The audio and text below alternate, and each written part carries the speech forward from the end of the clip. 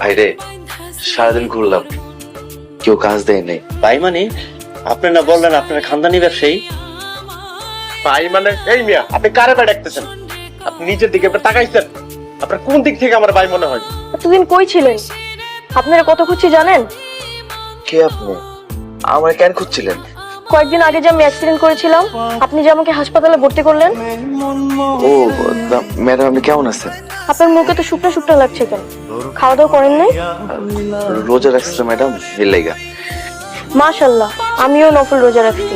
আজকে তাহলে আপনার বাড়িতে ইফতার করব। মেহমান তো নিয়ে এলা, ঘরে তো কিছু নাই, কি দিয়ে ইফতার করাবো?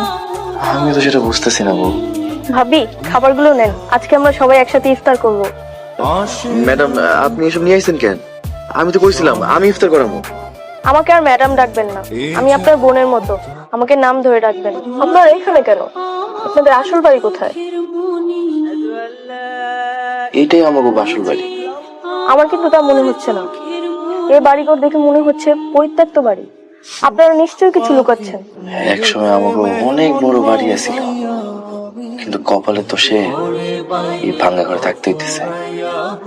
আর থাকতে হবে না, আপনাদেরকে আমার সাথে নিয়ে যাব।